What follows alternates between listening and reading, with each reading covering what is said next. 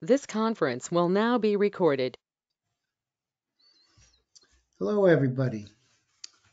It's John Antonucci moderating the high-risk advanced recurrent prostate cancer group, backed up by Peter and Len and Rick for the 26th of December, 2023.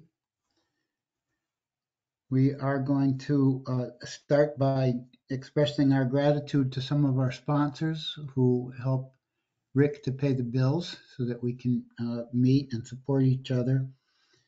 They are Bayer and Pfizer, Janssen and Telix, Foundation Medicine and Blue Earth, and Sumitomo Pharma. They don't require us to pitch their products or make any influence on the content of the meeting at all. Now, it's traditional for us to start out with the new guys. And so I'm going to start with you, Bill. I know that you've given, Bill comes to us from Jim Marshall. He's a veteran and he's got prostate cancer. I'm going to ask you a few questions, Bill.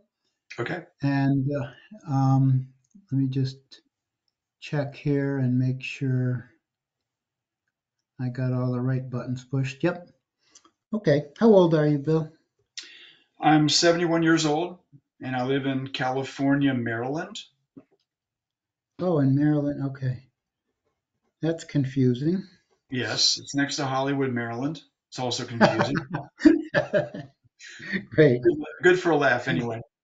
There was a fan of California when your area was developed. When did you first get diagnosed with prostate cancer? That was in August of 2021. How did that come about? So after, during COVID, I didn't really get my PSA checked very often. I've had high PSA since 2015. So everyone's been monitoring my PSA levels, and then they spiked in May of 2021. Hit just over 14. And my primary care physician suggested I see a local urologist. And so I made an appointment to see that doctor. And then he sent me for an MRI. And the MRI showed some suspicious areas. So he sent me to University of Maryland in Baltimore. And from there, I got end up with a fusion biopsy. And that's when they discovered one lesion they took about 21 samples, and out of those 21, they found that I had one lesion that was cancerous, and it was rated as a Gleason 6 or a 3+3. Wasn't too concerned about it for a while. Active surveillance was what I was really doing. But then I had another fusion biopsy, and they noticed that, another MRI, they noticed that the lesion was protruding up against my bladder. It hadn't broken through the capsule, but it was pushing up against the bladder. And so there was a lot of concern. So they went ahead and set me up with a Decipher score, and that came back at just a little bit like medium, just barely medium. It was a 0.46. So because of that, there was some concern that I needed to look at some treatments. So that's kind of how it progressed, at least initially. So what date are we up to now with this Decipher score? So Decipher was done, hang on, I got the results here, in August of 2022. So that was during the fusion biopsy is when they took the sample or had the sample tested and came up with a Decipher score. The second biopsy. Correct, yes. All right. And is the MRI the only type of scan that you've had? So I've actually had multiple scans. So I've had um, several MRIs. I want to say four total over the course since 2021. And I've had a PSMA PET, and that was done in December 2022.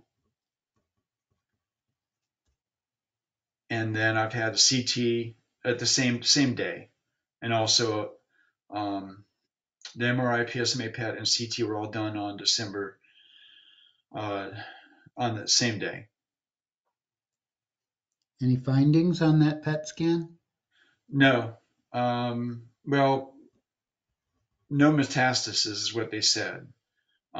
It did back up what they found in my prostate, the one core or one lesion, but other than that, there was no metastasis. And on that PET scan, it confirmed the existing cancer, didn't find any new cancer either in or outside the gland. And what did it say about that pushing up against the bladder business and whether it had protruded through the prostate capsule or not? So at that point, it had protruded. It had broken through the Oh, capsule.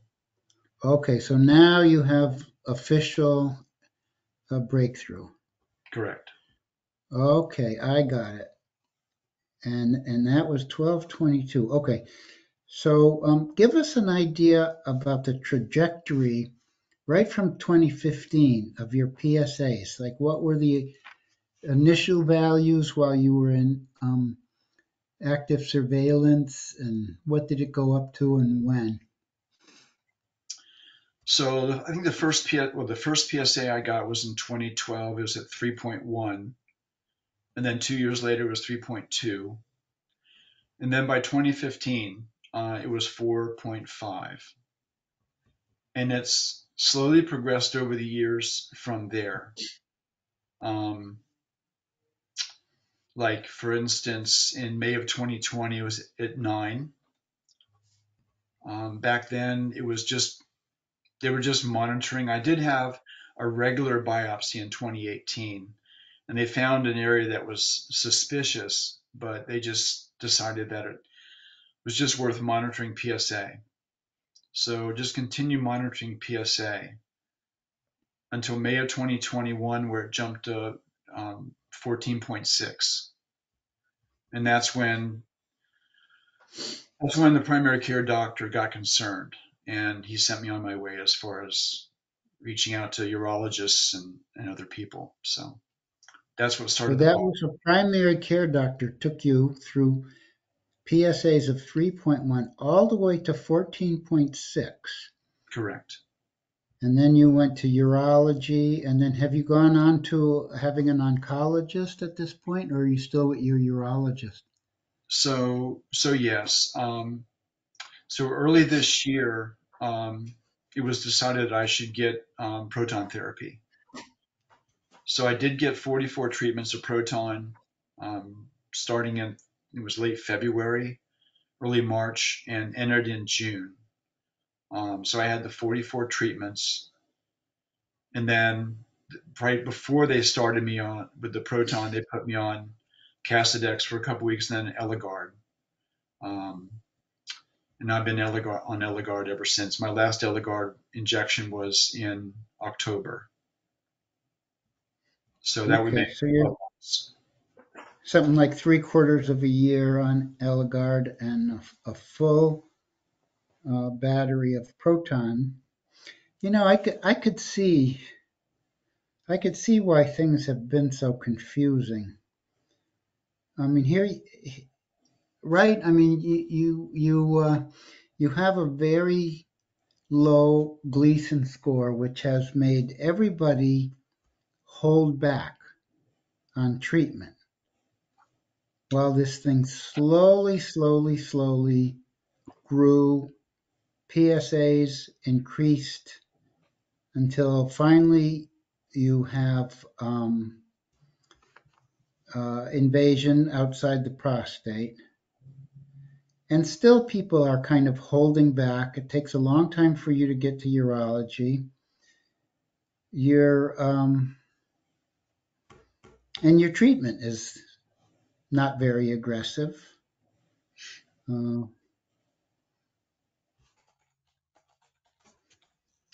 so are you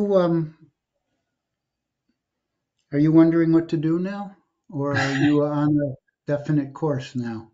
No, well, so what I'm told is that since I ended my proton therapy and I'm on Eligard, that my PSA should remain low, and of course, my testosterone will remain low as long as I'm on ADT. Um, I've asked the oncology doctor, can they tell if they got all the cancer cells or not? And they won't answer the question. Um, they said that they want to continue monitoring PSA levels, um, from now into the future, whenever that is. Is Um, your PSA undetectable now? Correct. The last PSA result I got was in October, and it was 0.064. 0.064. Even though you have a prostate, your PSA is nearly undetectable. So what I was told was, because of the proton therapy, the doctor said that it actually killed my prostate. And when I asked him what that meant, he said, "Well, you don't have a prostate anymore," is how he described it. Yeah. So theoretically, then, if it didn't metastasize before radiation, I would hope that they theoretically got it all. But I know that that may not be true. Um, and that while No, I'm sorry, well, as long as I'm on ADT, that's supposed to suppress um, the cancer cells. I'm starting to question the path forward, which is what I talked to Jim about initially. And that initially I was given the outlook for 12 to 24 months of ADT. Now they just want 24 months, and they can't explain it except that's just the way traditionally they do it. They keep you on ADT for at least 24 months in my case. Um, Well, but I'm let me questioning. explain. Let me explain why that is, because there may be people also in the group who are confused as to why you're in this group. let me Uh, just tell Bill who you are, Rick. This is Rick Davis. He's our leader. He is a founder of AnCan, and he knows everything and everybody that has to do with prostate cancer. so, um, I mean, a couple more questions we need to go through, but let me just explain. And also, the reason I'm jumping in is because there are people I think who are confused. Well, what's Bill doing here? He's 3+3, and you've got radiation. Straightforward. It isn't so straightforward for you or for the treating docs because the cancer has gone through the gland and broken into the bladder, and so that means it's metastatic cancer. It's not simple cancer. If it had stayed within the gland, it would be easier to define. Now, is this local metastasis or distant metastasis? I think they'd probably say it was local metastasis. Has anybody ever staged you? Have they ever told you that, given you a T score? Stage 3, T3, right. correct. So T3, you probably you'd be considered, I don't really know when it breaks through. T3C is when it's in the seminal vesicles, but I don't know what it might be. T3B when it's if it's just the bladder, I'm not sure, but I'd have to look it up. But it's you'd be T3B or T3C. So that means that you're now high risk, even though you're a 3+3. That's what makes you high risk. And once you're high risk, the standard treatment for high risk, if you're doing radiation therapy, is between 18 and 24 months of hormone therapy, or 18 and 30 months. So they don't really go much beyond 24 anymore. In my case, I was T3A. I got 28 months, but it's it's somewhere between 18 and 24 to 30 months. And that's the reason why they're telling you what they're telling you. Now, why are they doing that? Because they don't know if there's metastasis. They suspect there's micrometastasis. That means metastasis you can't see. It doesn't even show up on a PSMA scan. But you have to take that pretty seriously. And that's the reason they want you to bear with the longer term. Now, you can talk, there are guys in this group, and we'll open this up momentarily. But there are guys in this group who came in and didn't want to do. There were T3, and they didn't want to do the longer term, but we persuaded them to, and it's worked out well. There are guys in the group who decided they'd stop early. I don't think they're here, but what we know is you expose yourself to a whole bunch of risk if you stop early. I was very fortunate. I did my time, I did my 28 months, and my cancers never recurred, even though it was in the prostate bed, as we found out. So it had also gone through. So we say, look, try and go with the program. Try and get at least 18 months under your belt. We don't give you medical advice, but this is what we know from our experience. And if you can wait it out. And if it's really bothering you, then think about it. But if you have to stop early, you have a much higher risk of recurrence. I mean, I've known T3 guys who couldn't handle the hormone therapy. Maybe they had high pressure jobs and it was making them too crazy and they couldn't handle that corner office on hormone therapy, and they stopped early. Sure enough, within 3 or 4 years, they're doing chemotherapy. Now, you could say, well, they may have done it anyway.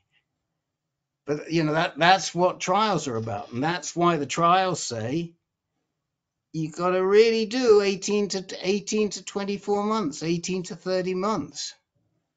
And that's the right treatment. You haven't told us where you're getting treated. So it's a Nova Shar Cancer Center in Fairfax, Okay. Virginia.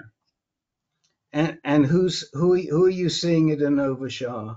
The oncologist is Dr. Kim, Kim. Now, is that a radiation oncologist or is that a medical oncologist? Radiation oncologist. Okay. I've not seen him since my proton entered in June. Right. And probably you can hang in with him, but who's monitoring? Who's responsible for monitoring you whilst you're on hormone therapy? So there is a Dr. Yu, that's also at Nova Shar, and she is the person I see every 3 months to get my injection. And what is she? Is she a urologist or a medical oncologist? Is it genourinary oncologist, I guess? Okay, she's a GU medical oncologist. Yeah, that's correct. I can't pronounce it, but yes, that's correct. Yeah, okay, which is good, which is who you should be seeing, because she's watching over you. Plus, if you have side effects from the GU, from the hormone therapy, she's much better qualified to treat you or to address them than is, say, a urologist or a radiation oncologist. So, as we see it here, you're right. You're on the right track. So let me throw it open, and then hold your questions, write them down. Let me throw it open to some of the guys who have been in this situation where they were debating, should they do 18 months or should they do longer? Because Peter will come to you, but I know that there's at least one person in this group who was in that situation. Anybody want to speak up? Looks like you're Or going to am have to I? volunteer them. I may have to volunteer them. Jim Ward. I mean, how long did we argue with you about how long you should you do your hormone therapy? Hey there. I'm off Hey camera, there. but I'm off Yes, that's camera, but okay. We know you're there. I'm not sure we ever argued about it, but I certainly didn't want to do it any longer than I had to. And as you know, Rick, and others know, I follow the advice of my GU med-onc at MD Anderson, and also the radiation oncologist at MD Anderson, as well as my local oncologist. And they were all, the consensus was, it was unanimous, do at least 24 months before I could consider taking a drug holiday. So I said, okay, let's do it. Well, I mean, you questioned it a few times with us. Perhaps. And I honestly, I think it was more along the lines of, I sure would like to do my time and take a drug holiday Yeah. as soon as I possibly can. But I also, I never pushed back against either the advice that, AnCan gave or the advice that I just outlined from my treaters. So, Yeah. it was just impatience, but I was never advocating to do less. I was always willing to follow the sage advice of this group and also the oncologist. So it worked out well for me. Yes, it did. And that's the bottom line that I want you to hear, Bill Rao. It worked out well for Jim. So, Okay. Peter. Yeah, I did not do 24 months. I only did 18 months, but I went back and forth. I was on intermittent. I decided I'd do intermittent, so I went back on it again at different times, but it kept coming back. I had a different situation. I guess my question to you is, I mean, it's so rare. It's not common for guys with Gleason 6s, 3+3s, for it to derail and jump track like it has for you. Have they done genetic testing for you to make sure there's nothing else going on? There's nothing in the background lurking that is driving this and making it jump track like this? Yeah, Has your oncologist suggested that? I did the germline test. It's Ambry Genetics, and there was no clinically significant variance detected as the result. Okay. Just to make sure. Yeah. Interesting situation. who else has a question or a comment for Bill? I have a question for Bill. You said they suspected that the cancer may have penetrated the bladder, but was that ever proven diagnostically? The MRI did show that it had escaped a capsule. Okay, but that's not the same as penetrating the bladder. I don't believe it was ever determined that it penetrated the bladder. Yeah. Um, I'm just curious why they would prescribe 24 months of ADT without a secondary hormonal agent like you think they would, right, Rick? John? Peter? I don't know. I don't know, Len. First of all, remember this isn't a recurrence. This is a primary diagnosis. Right. And with that primary diagnosis, I just recently read something that they're starting to use secondary agents with primary diagnosis, but it's really, really new. And so I can see why they wouldn't. I can see that, if you might be with some cutting edge medical GU med-onc who might say, yeah, they should prescribe a second, but I don't think it's really standard of practice, I mean, the situation that Bill has is somewhat similar to what I had, except I had a lot more cancer and I was a 4+4. And I think today they might consider have giving me a second agent. I mean, I was diagnosed back in 2007, Bill, so it's a whole different ball game. But I think that's really the reason, Len, that I see. Did they ever do did you ever get a second opinion on your biopsy slide, Bill? I did not know. I started with University of Maryland, and then I got a second opinion, but I did not get another biopsy after that. So I went to So, Nova after that. so when you say University of Maryland, the College Park, not Johns Hopkins.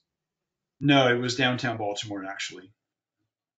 Okay. University of Maryland Medical System is how they. Yeah. I mean, the possibility is that they didn't read that slide well either.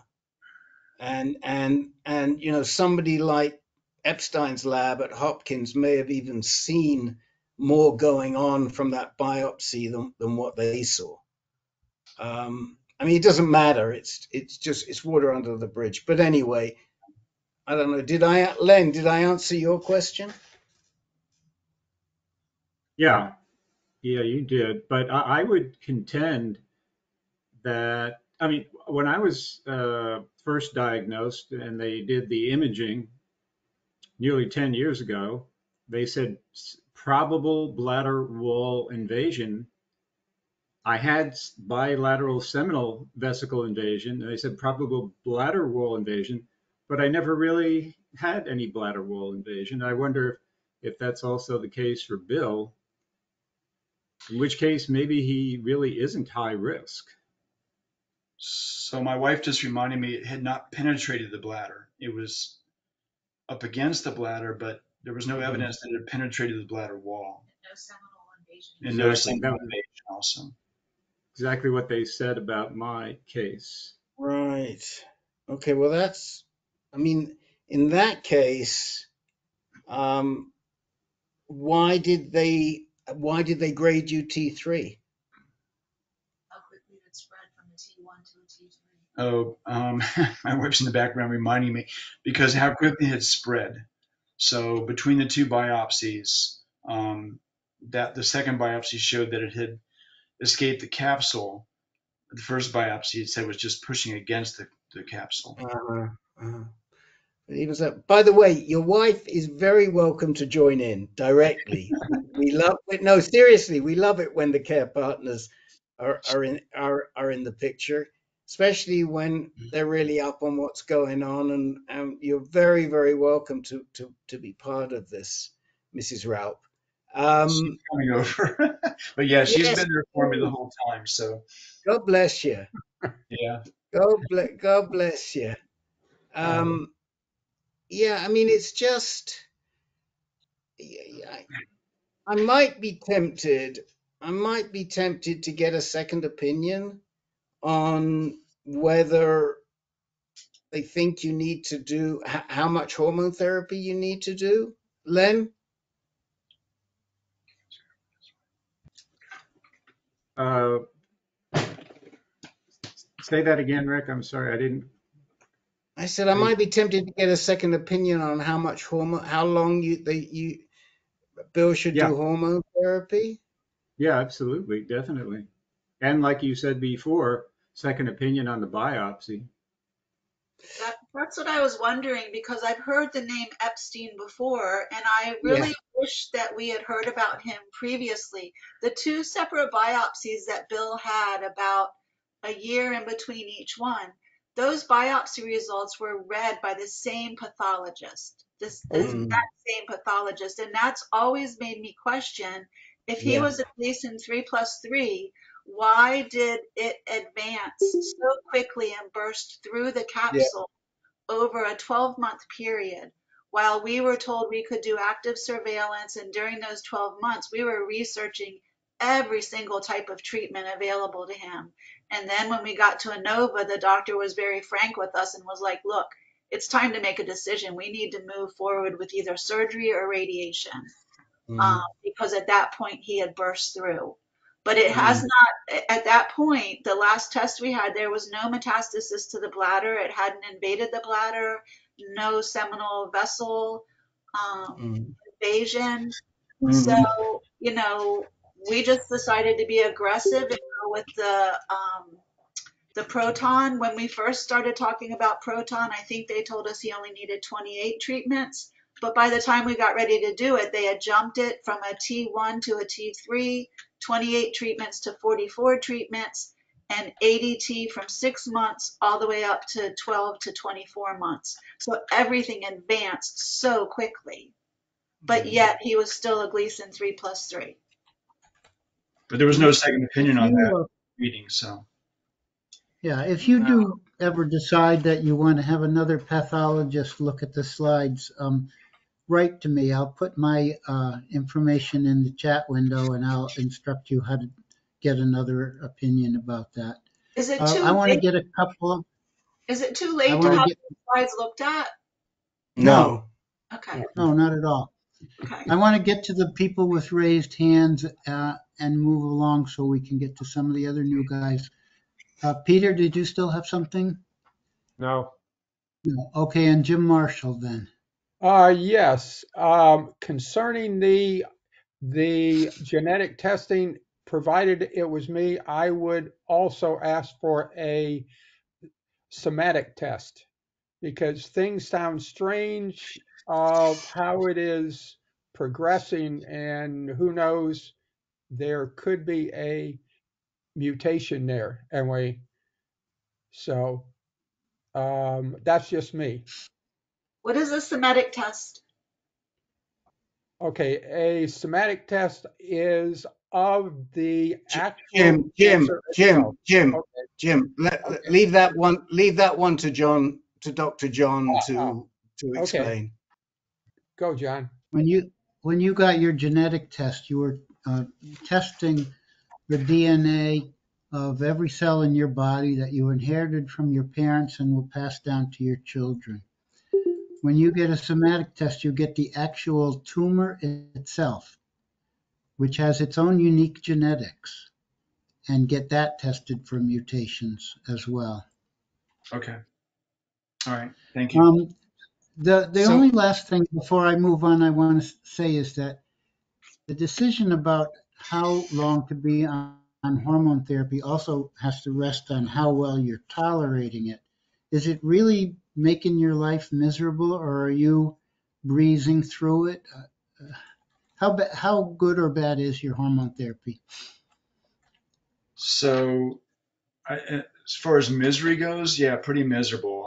I'm having hot flashes probably 12 or more times a day. I'm sure it's more than that, but trying to be conservative, but often, and it varies between cold and hot flash. Um, my memory, my weight, my just tiredness, the typical, right? I mean, I'm not unusual Yeah, in that regard. yeah, So, but it's pretty intense. Um, so I would say I've been trying to do as much research about when can I get off of it is my point. So I was yeah, thinking of, IHT, but pretty much everyone, including this group here, is kind of steering me away from trying that before my yeah, at least 18 months or so. yeah, not an issue. So, a couple of things. One, somebody will put the information, but you should try the wrist gizmo that some of the guys are wearing right now in the group. Um, that may help you significantly with your. Oh, wait a minute. Is Jeff Marchi got one on? Has it slipped out? No, we thought he was getting. There it is. See, Jeff I was Marchi's holding charging it. one, They're and I 200 don't know. bucks right now. They're They're only 200 bucks 200. right If now. you get them directly from Okay, a member, they've been selling them for $200, $100 off. okay. So somebody will put in the chat. Maybe Jeff will be kind enough to do it. He'll put the link in the chat window. These are tried and true. They went through clinical trials. They they work on a particular nerve in your wrist that Dr. John can tell you what that nerve is. I forget. But what they do is they sense when your body temperature changes, and they make an adjustment for you. And for not everybody, but for a lot of the guys, they really work. It's worth throwing a few bucks at it to see if it helps you, especially if you're getting 18, if you're getting 10 to 12 that you know of during the day, because you probably it's just as bad at night.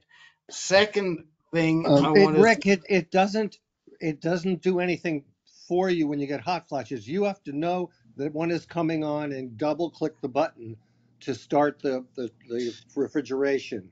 And there's also a night mode, which if you're getting hot sweats at night, it really makes a difference. It really takes it away. You can have one button set for hot flashes and the other one for all night. right. And So all right, I'm sorry, Rick.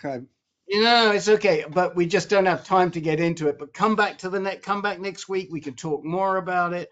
But what I really want to say to you is two things. One, I'd get a second opinion, and I'd get that second opinion, and I can't remember her name, but somebody else will, from the GU medical oncologist at Sibley, who did our webinar for us. Anybody remember her name? Chancey? Channing Paller. Paller. Channing Paller. Thank you, Gary Peters. Channing Paller. I'll put a link when we move on to the next one. I'll put a link in the chat window for you. Okay, great, thank you. I go to Channing Paller to get a second opinion. She's really good, and present to her. I'd also get a second opinion on your slides because it may be important. And as John has said, and you can get that. Dr. Epstein is on a sabbatical or a leave of absence, but I probably would get it from his lab. He's got some very good people, or you can go to Ming Zhu at Tufts, who's also very good. And the guys will talk to you there. And probably in your case, I'd give them some history. I don't always suggest that because I don't want to bias them, but I think in your case, history might be important. But write to Dr. John. He's giving you his email, and he'll set you in line either for the Epstein lab or for Ming Zhu, Tufts. But you don't need both. But Channing Paller is who I would go to and see what she thinks about whether you need to do 24 months or not. Okay, appreciate that very much. Okay, plenty to still talk about, Bill, but I have to move on to Jerry. And I hope you come back, Bill. We'd love to work with you over time. See how this works out. I will. Thank you. Jerry, are you still here? Actually, I don't see him anymore.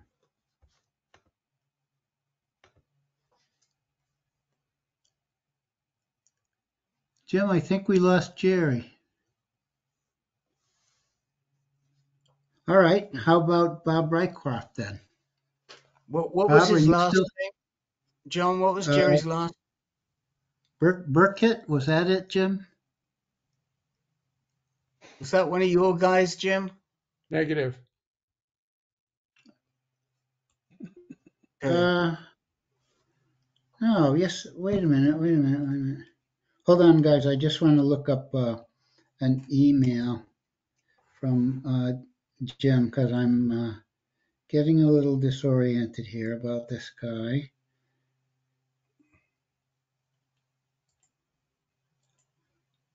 We can do that. Talk amongst ourselves. Bill, I did want to say to you, since we have this second, is come back to us and bounce what they tell you afterwards, because this is a good forum, and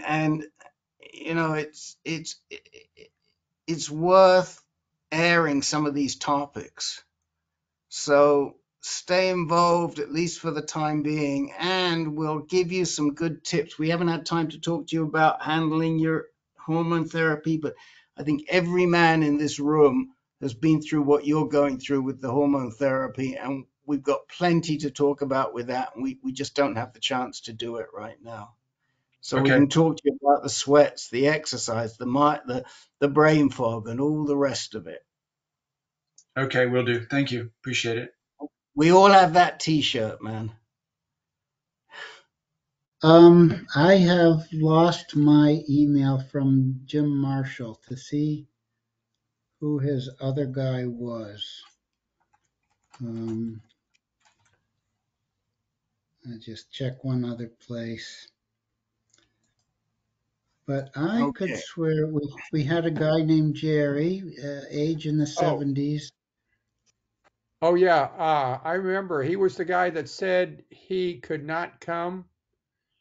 He's a military guy in the Oh, old okay. soldiers' home. Oh, very good. Okay.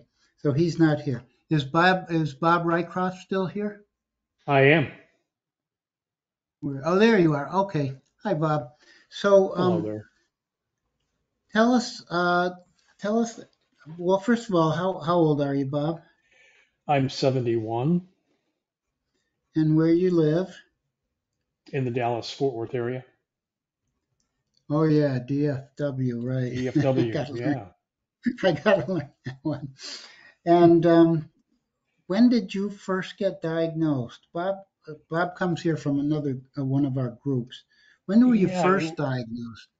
so it was actually 2 years to the day, December 26th of 21. I was informed by my urologist that I had Gleason 6. And that was after, obviously, biopsy and an MRI. So you also had a Gleason 6, Correct. presumably a 3.3+3. hmm You had an MRI. Did that also show something up like it did for Bill or no? No, it was 3 lesions in the MRI. Oh, One of them had perineural invasion, but we just kind of monitored it. yeah. This is at the end of 2021, I guess. Yeah. So,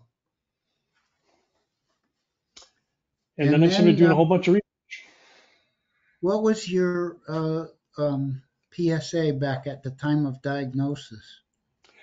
my PSA in like 2017 was around 2, started creeping up to 3, and then it got to the middle 4s.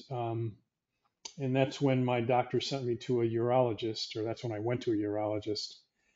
And we kind of watched it for a little bit and said, yeah, it wasn't necessarily uh, the degree to which it was there, it was just the speed with which it was going. So, Yeah, originally I was devastated by saying I had cancer, but I came to understand that 6.6 or 6 or 3+3 was probably the best kind to have. that's right. But like Bill, uh, something happened. Yeah, so 2022 was the first full year on active surveillance, and my PSA stayed in the low to middle 4s. Everything looked good. The first PSA test this year went up to 6.1.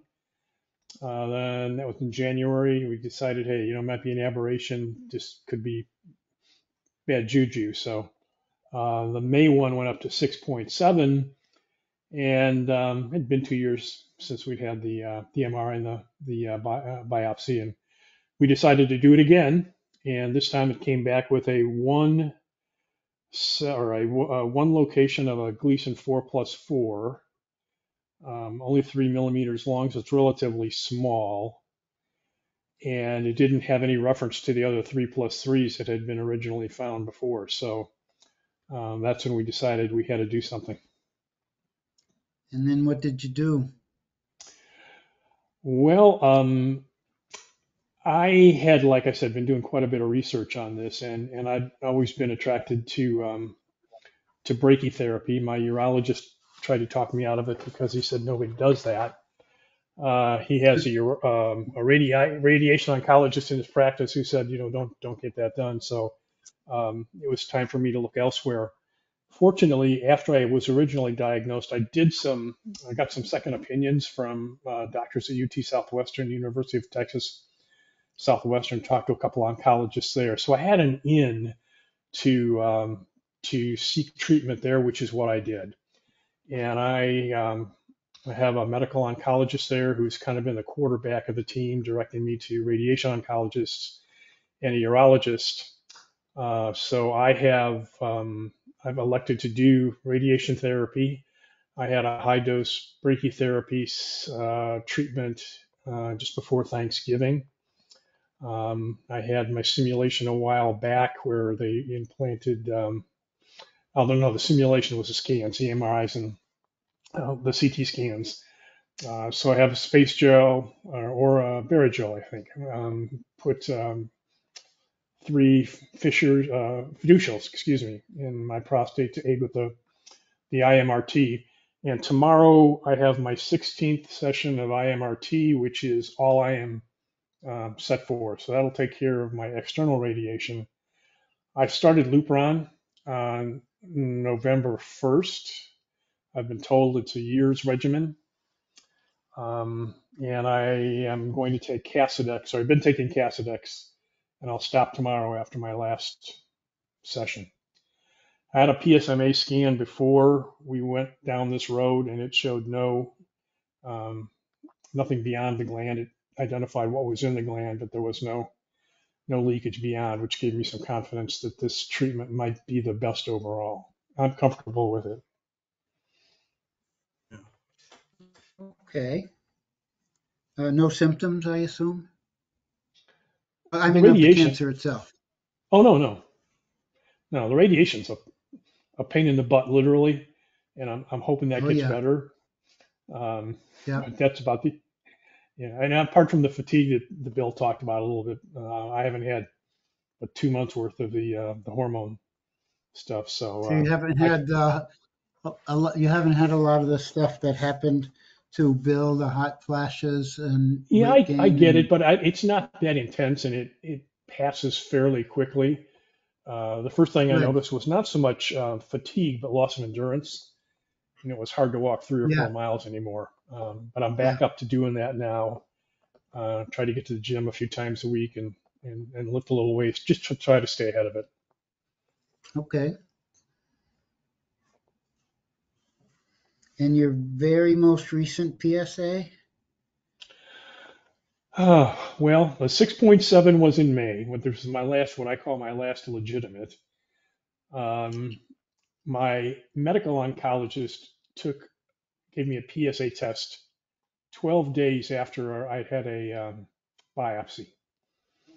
And that came back at 9.7. And I was like, you got to be kidding me. This is just crazy. And my radiation oncologist said, that's nuts. Why did you get one, so quickly after your biopsy? And she said, you're probably a 7. And I had a blood test done a couple of weeks ago, and it was at a 2.4. So it's headed the right direction, but I'm not sure I've got a great baseline. Right. Okay. So the PSA is responding to early hormone therapy. You're tolerating the treatment reasonably well.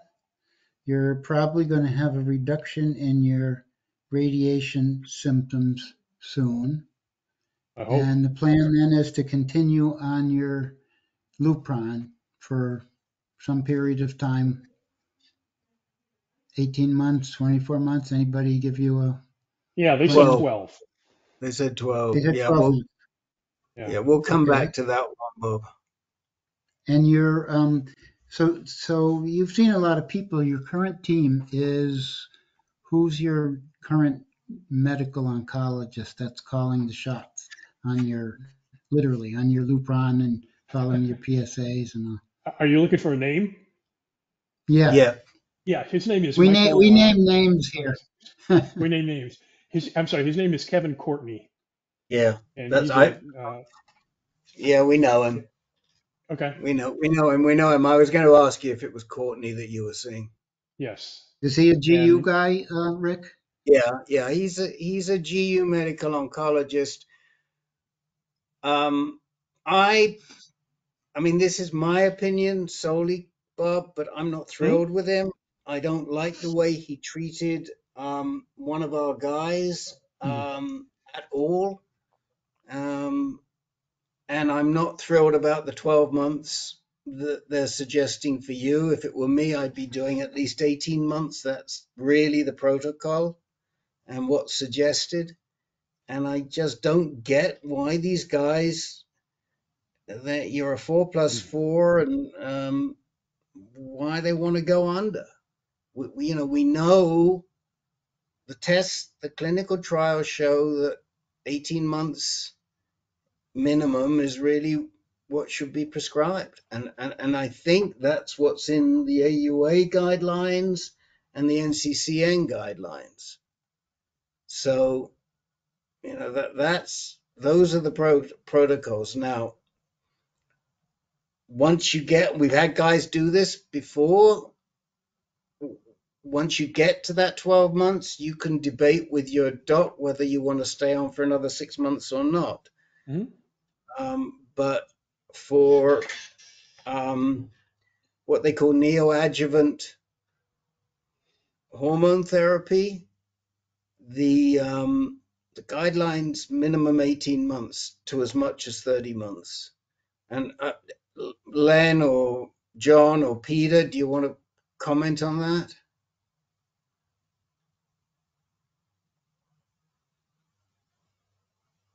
I would be a little uncomfortable with 12. I think when the time comes, the fact is that you're tolerating ADT reasonably well compared to some of us here in the room, and you're getting some real protection from it. I guess I would have to look up the NCCN guidelines as well, but it probably says some very big range like 12 to 24 or 18 to 36 or something like that. I don't think so, John. No, you think it's more check. specific?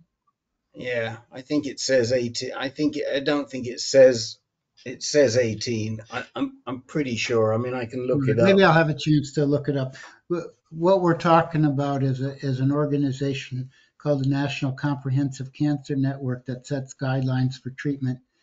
And like Rick said, the AUA has guidelines as well. But some of us are more comfortable with NCCN guidelines rather than. But there's there's plenty of time to think about that. Did you have some particular? Oh, I didn't ask you if you had any genetic testing, Bob. I did. I'm sorry, I've got my stuff here. I should have had this handy. I did the oncotype. Yeah. And what it came back with a 34% likelihood of adverse pathology. Yeah. Based on the people who were in their database. Yeah, but we're talking about a different type of testing, Bob. Well, I didn't do the other kind. Right. Yeah. So I'll put the PROMISE test, the link for the PROMISE test in the chat window for you. By the way, Bill, I put Channing Palla. Hopefully you saw it. I put Channing Palla's link in the chat window. I'll put the PROMISE test in there, which is a germline test to see if you've inherited anything. It's a free test. It's done by color. One of the principal investigators happens to be Channing Palla, but that's just coincidental. The other one is Heather Chang in the University of Washington. And we would suggest at least do that. You may not need to do more than that right now, but at least do that. And that'll tell you if you inherit. Do you have any cancer in the family? No. Okay, so it's probably a smart thing to do, and it won't cost you anything. It's part of a clinical trial. They do it with color labs who are very reputable. It's not the biggest panel that's out there. It's not as big as the Ambry panel that Bill did, but it gets all the key stuff. It'll test for all the important stuff, the BRCAs and the Lynch and the Hoxby and all of that stuff. So you'll know, and I'll put that in there for you Okay, thank you. momentarily. What's on your mind, Bob, as far as any questions at this point? Well, I think the discussion that I just had about the 12 months is fair, and I can certainly ask the question. It's not like I'm eager to go back and say, boy, I'd really like to do this for 18 months. And I don't No, know I if know, I it's know. uh, I got I have at least 10 more months before this decision will come up again. It's not like I'm going to do any less than 12. I'm Yeah. anxious to see what the numbers are like in 3 months and 6 months and 9 months, and what things say. Um, and again, I don't know if it's a combination of having done the high dose Breaky, having a small amount of Gleason 8. I'm not sure what goes into their magic elixir of the things that they do, and I'm just relaying it. And I don't know whether or not, honestly, um, my radiation oncologist, I haven't really talked with her too much about this. Just assuming this is just part of the protocol, and we'll have contact down the road here in the next, going months. So Well, I'm going to stay typically, involved. typically your radiation oncologist will follow you for a certain amount of time after you Right. finish the treatment until all radiation symptoms are cleared up, and then she'll probably discharge you and say come back whenever you need to. But you said something I didn't quite understand, that you didn't understand the things that go into the formula. There was a question buried in there that if you want we can try to answer. Can you state it again? Well, I don't. I'm speaking certainly out of any kind of direct knowledge, but when folks come up with these guidelines, um, are there any ways that they are at a particular place within the guideline that says, well, if I had had 6 instances of Gleason 4+4, then maybe it would have been 24 months.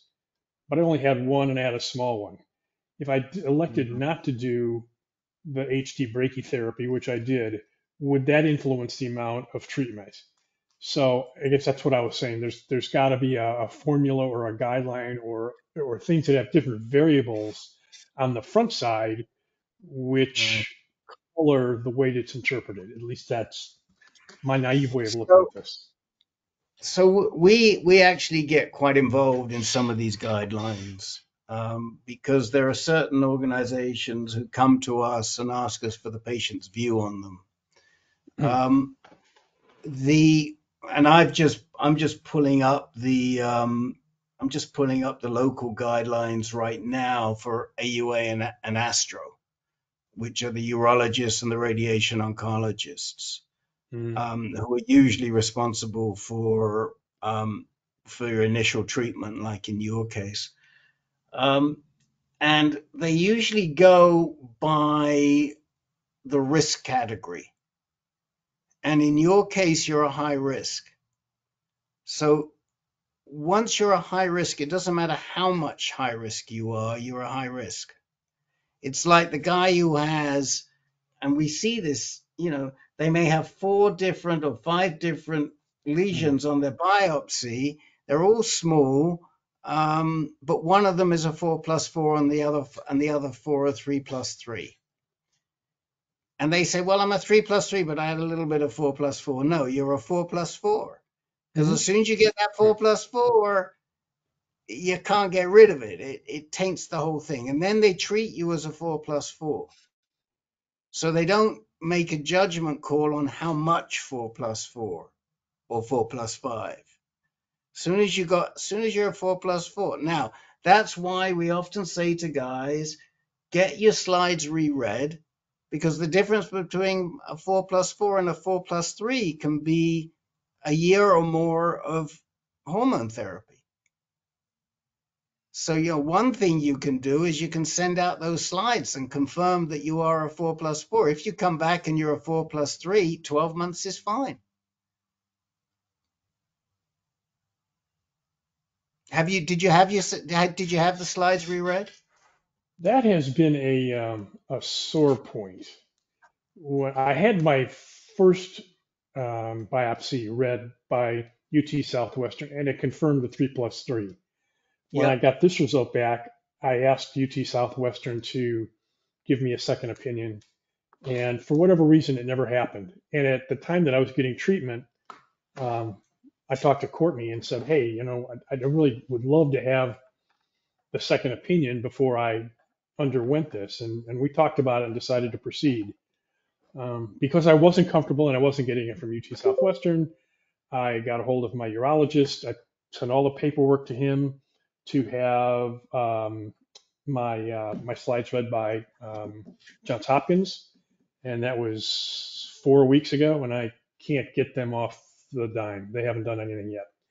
So Okay, well, you go got to ahead. push them. And by the way, when you go back, tell them to read. Tell them to read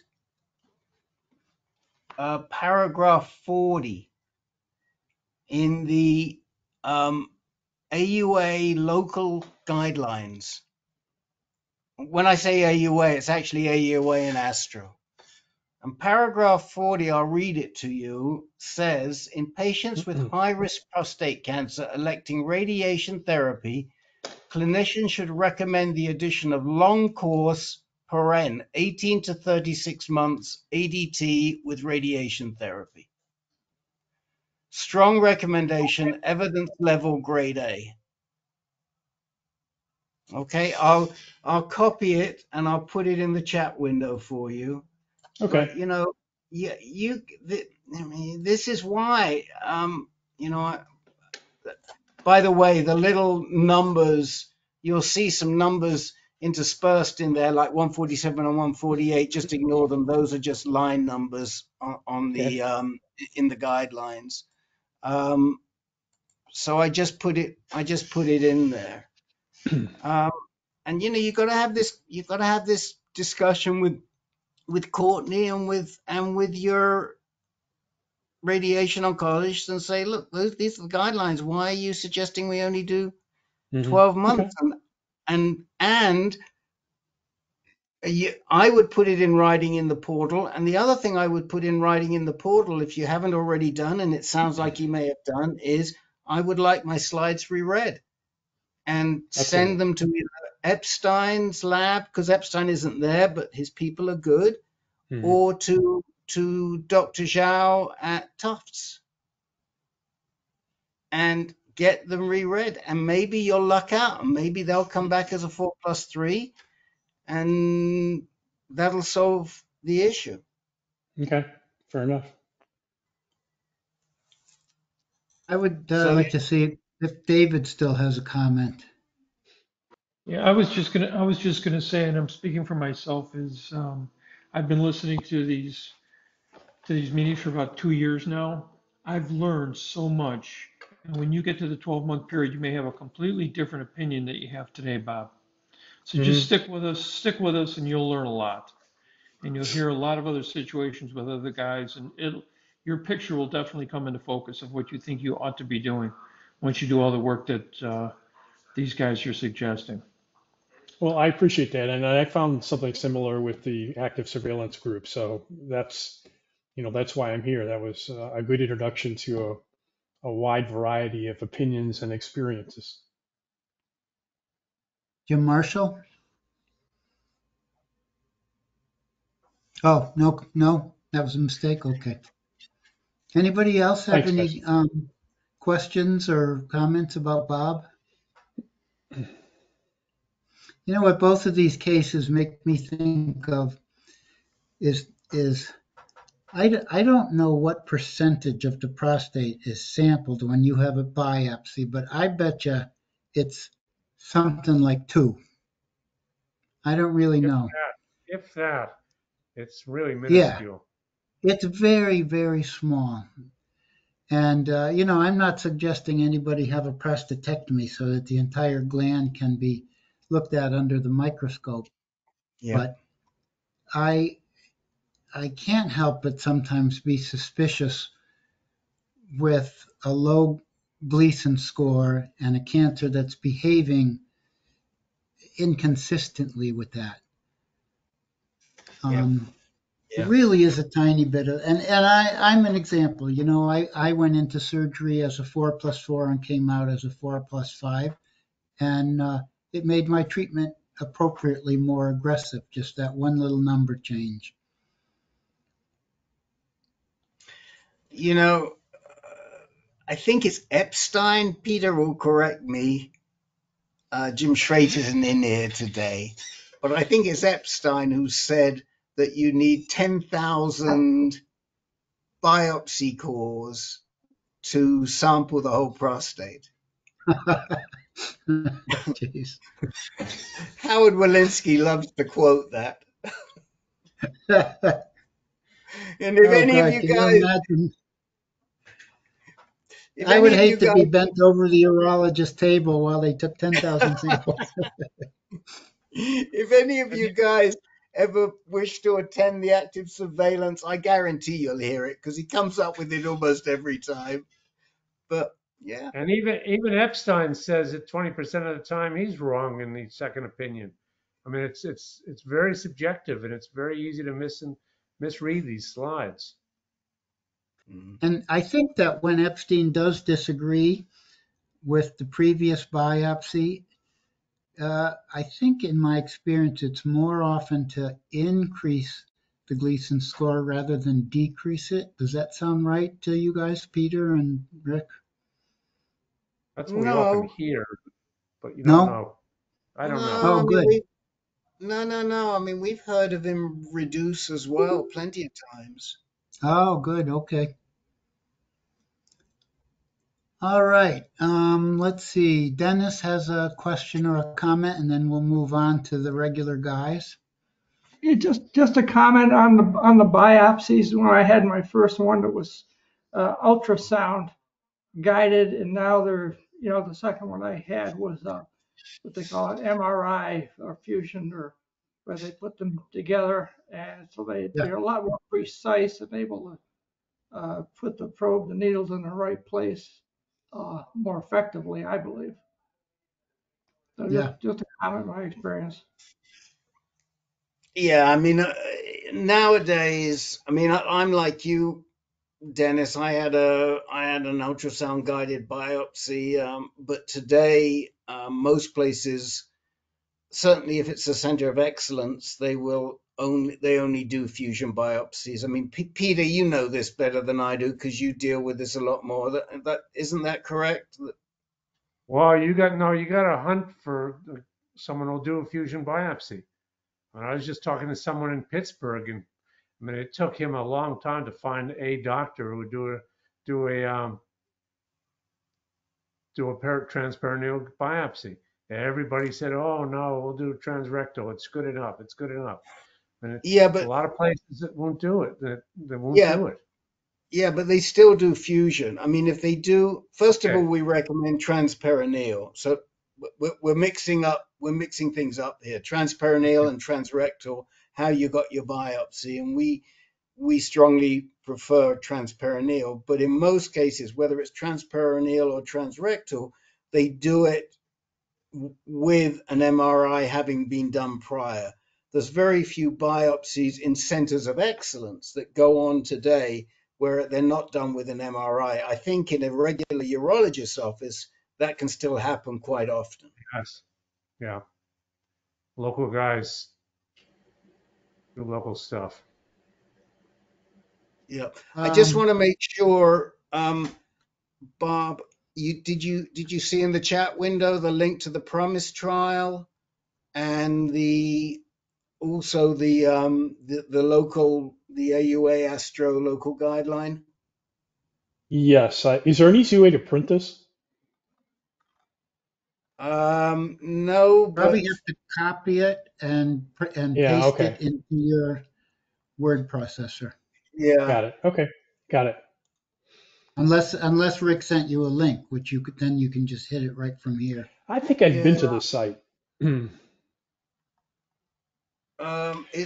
are the clinically localized prostate cancer AUA Astro guidelines from, I think they were published. Yeah, they were published in May of 22. I'll put that So, in there for you too. Rick, maybe if I could ask you a question. I went to that Promise site, and and I think it's a great idea. But I was one of those guys who read the fine print, and I went all the way through that. And there was one thing in there that really kind of bothered me in that Yep. part of this, maybe I'm reading it wrong, but there was an obligation for me to share my, I'm not sure, but it was like a lot of information with the people running the program. Mhm. Um, is that correct? Can you help me get some comfort around the privacy and the fact that I don't want a lot of my medical records going to there other than what's absolutely relevant to the project at hand? Yeah. So, first of all, we've had a lot of guys do the promise. Mm-hmm. Participate in the promise trial. I'm sure they do collect a lot of medical records because this is a clinical trial. And I can assure you that the whatever they collect is unidentified ultimately, and is only used for analysis, and they don't share it with anybody. That part I can assure you of. And we've had, like I say, go.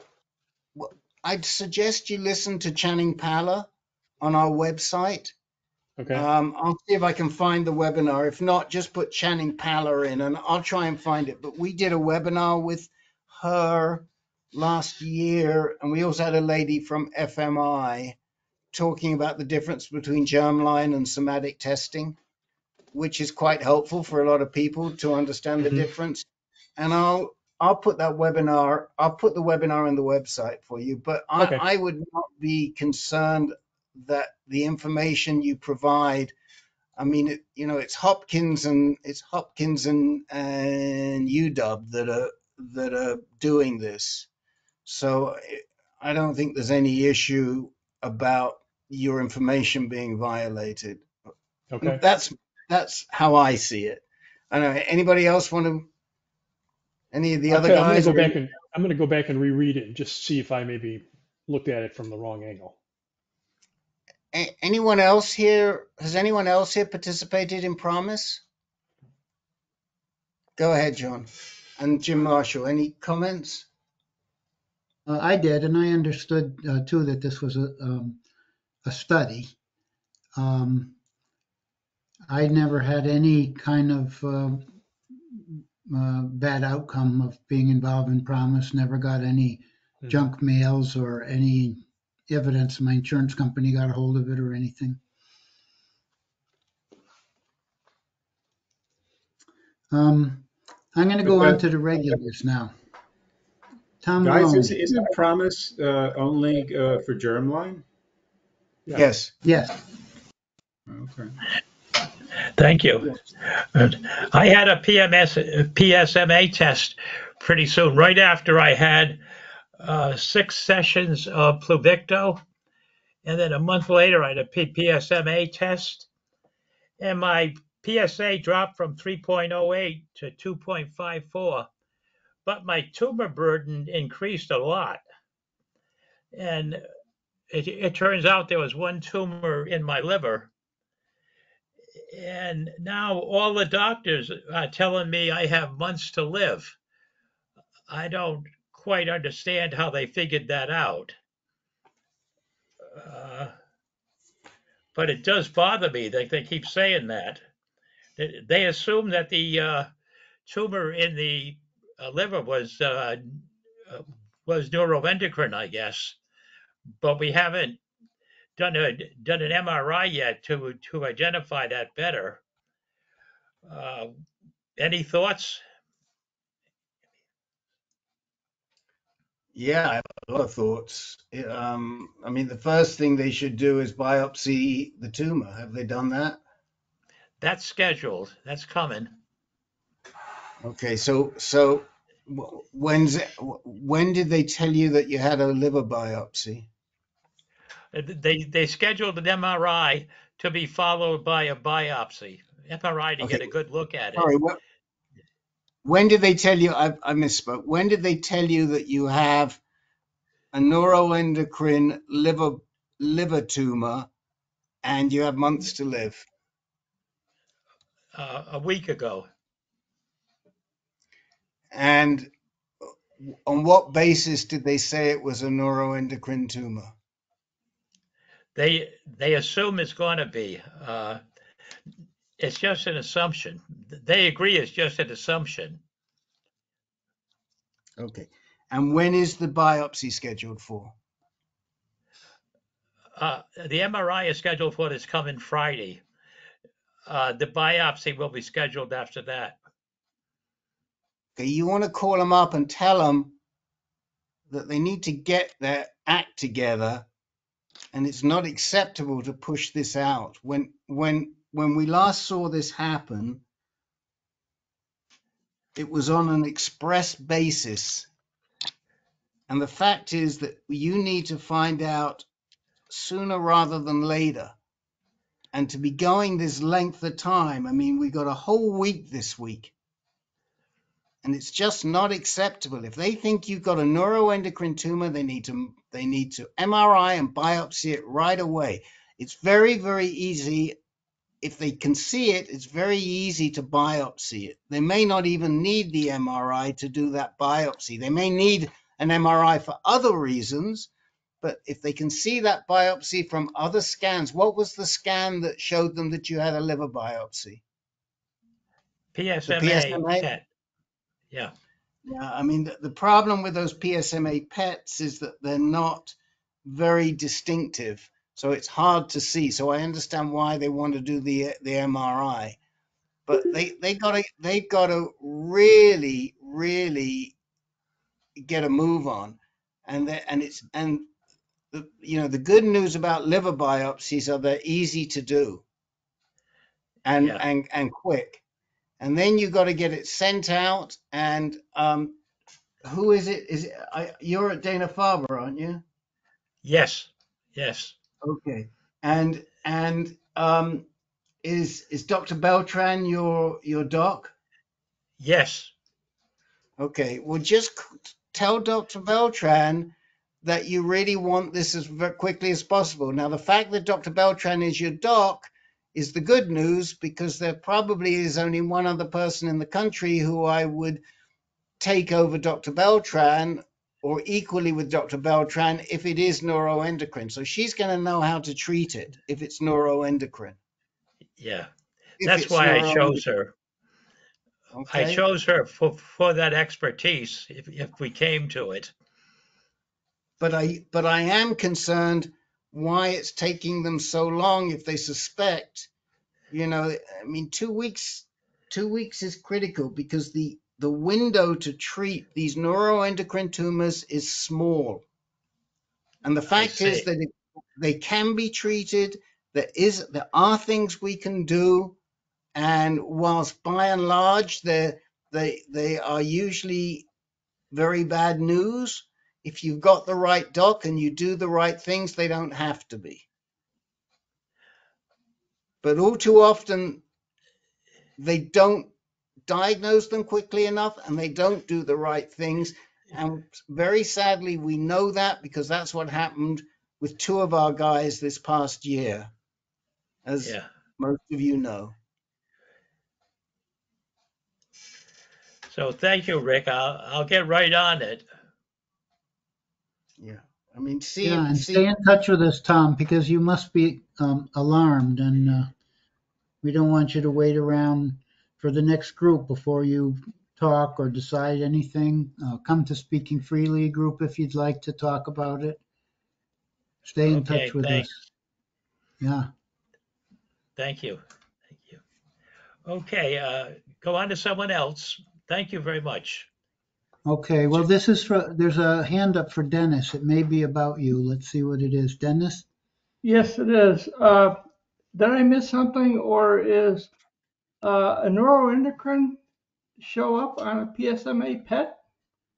No, I'm just wildly guessing here, but what I suspect happens is they saw it on the CT part of the scan, but not on the PSMA part of the scan, and sort of leapt to a conclusion that it was a non-PSMA expressing liver tumor in a person with prostate cancer.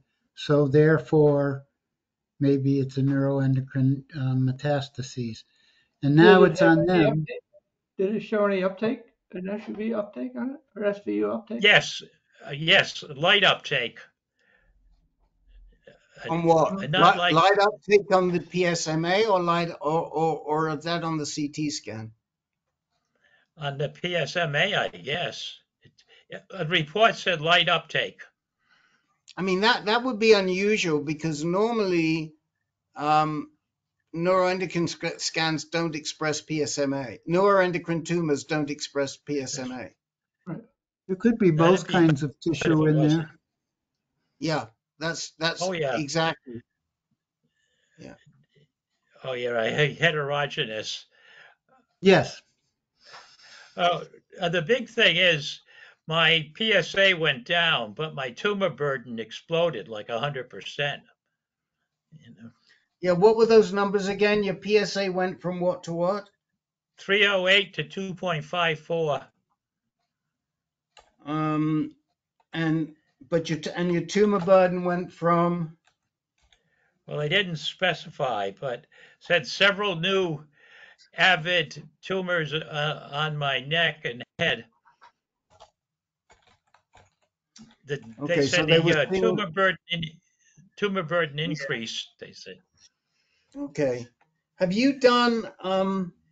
Have you had your tumor somatically sequenced in recent Oh times? yeah, yes,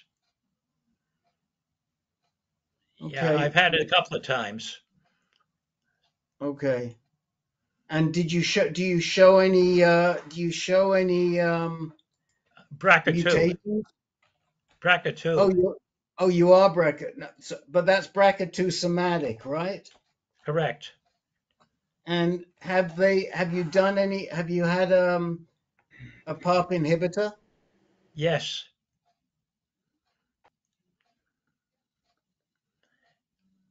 Oh yeah, I see that. Brachysomatic. Are you still brachysomatic? Do you know? Because sometimes people lose that because that was back in 2018. Oh, I don't know. I just assumed I still was BRCA2. If you're BRCA2 somatic, a lot of times we'll see these mutations revert to wild type, especially as the cancer Oh, progresses. So that's why I'm saying, when was the last time you had a somatic test? oh, it's been years. Again, ask Dr. Beltran to Beltran. immediately get you have you somatically sequenced. I mean, maybe they can send this.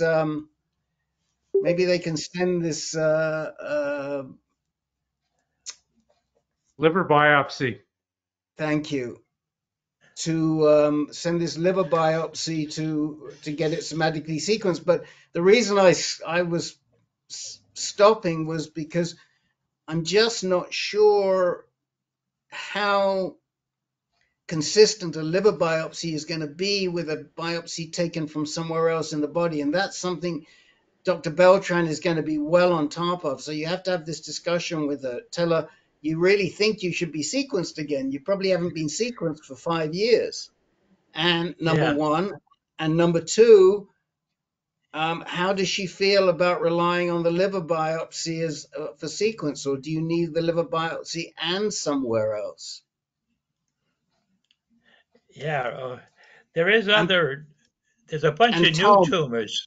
Yes. put this all down in writing in your portal. When are you due to see Dr. Misha again? I get the I'm sorry, I get the MRI Friday. Right after that, I'll be contacting her. I'll be contacting her Oh, Monday. okay, well, before Friday, you want to ask for this somatic, because they may want to take a piece of that liver tissue and send it away, or they may want to do a different biopsy when you're in there on Friday. Yeah. right? There's I a mean, lot of, time is of the essence here. We can't do everything sequentially. And so I would be pushing hard that you need a somatic sequencing, you need the biopsy, and put it in writing in the portal. And do it tomorrow. First thing tomorrow. So, that's Wednesday, Thursday, Friday. yeah, And I would even put a call into Dr. Misha. And she's really lovely. She knows what's going on. She may even call you back. But she put would. it in She would. writing, whatever you do, because once it's in writing in the portal, it's in your record. Right. She always calls me back. Right. So I think these are things to discuss with her, but don't rely on just discussing with her. Follow up, keep it short, follow up. Anybody got any other advice for Tom? Thank you very much. Okay, see you And, Okay, soon, and Uncle. God bless you. God bless you all. I'm the You same too. to You you. too. So this is maybe a good point. I just want to say one very quick thing to remind everybody that we don't fundraise on this site very rarely, but this is the end of the year. We do fundraise, and I'm doing this as much for all the people who will be listening to the recording who don't come into the groups, but we have somewhere between 120 and 200 people every week who listen to the recording. And we just want you to consider the value that this group brings to you, and to reflect that in making a donation so that we can continue to expand. And I thank everybody on this call, and there are a whole number of people who have already contributed. And so thank you very, very much. Those, you know who you are. But if you haven't, and if you're listening to the recording, please think about making a donation. We do this once a year at the end of the year. I'm going to ask, I don't want to put him on the spot, but I'm going to ask our fundraising chair, David Muslin, if he would like to just add a few words. No, just thank you very much for everybody who has sent money. And for me personally, this is the best thing that I can support, because it just fills my soul to help others who have the same disease that we all share. So let's keep AnCan strong so they can help everybody tomorrow. We can keep helping everybody tomorrow. Thanks, Rick. Excuse Thank me, you. David. Excuse me, David. Are we still doing, I believe, a match? I heard a thing about a match. Every dollar that everybody gives gets matched Oh, okay. by an Hey, anonymous who? donor. A nonny mouse. A nonny mouse by a nonny mouse. Thanks, Jim.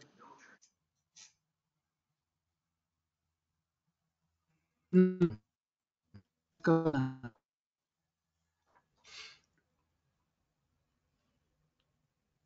Steve?